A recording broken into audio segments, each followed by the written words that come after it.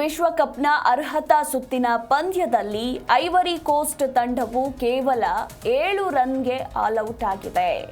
ಇದು T20 cricket ಇತಿಹಾಸದಲ್ಲೇ ಮೂಡಿಬಂದ ಅತ್ಯಂತ ಕಡಿಮೆ ಸ್ಕೋರ್ ಎಂಬುದು ವಿಶೇಷ. ಲಾಗೋಸ್ನಲ್ಲಿನ ನಡೆದ ಈ ಪಂದ್ಯದಲ್ಲಿ ಆತಿಥೇಯ ನೈಜೀರಿಯಾ ಹಾಗೂ ಐವರಿ ಕೋಸ್ಟ್ ತಂಡಗಳು ಮುಖಾಮುಖಿಯಾಗಿದ್ವು. ಈ ಪಂದ್ಯದಲ್ಲಿ ಟಾಸ್ ಗೆದ್ದ ನೈಜೀರಿಯಾ ಬ್ಯಾಟಿಂಗ್ ಆಯ್ದುಕೊಳ್ತು. ಇನ್ನು ನೈಜೀರಿಯಾ ತಂಡವು 20 ಓವರ್ಗಳಲ್ಲಿ 4 ವಿಕೆಟ್ ಕಳೆದುಕೊಂಡು 271 ರನ್ ಕಲೆ ಹಾಕಿತು.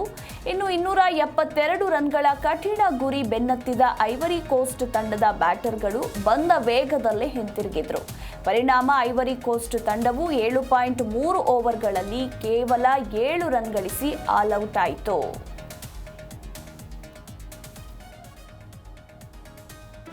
ಜಿ ಕನ್ನಡ ನ್ಯೂಸ್ ಈಗ ನಿಮ್ಮ ಮನೆಯಲ್ಲೇ ನೋಡಿ. ಎಲ್ಲ ಕೇಬಲ್ಗಳಲ್ಲಿ ಈಗ ಲಭ್ಯ.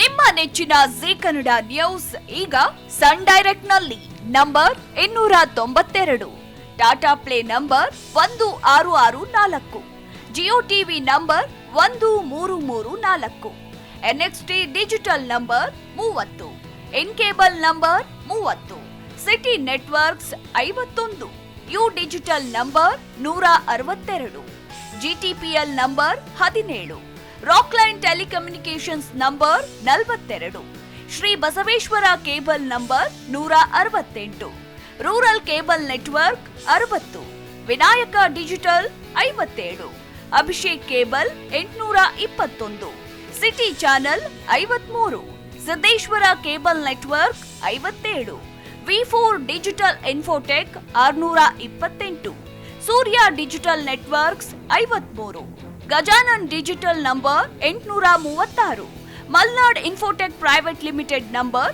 56, Metrocast number 830, Victory digital number 167ರಲ್ಲಿ ನೋಡಿ ಆನಂದಿಸಿ.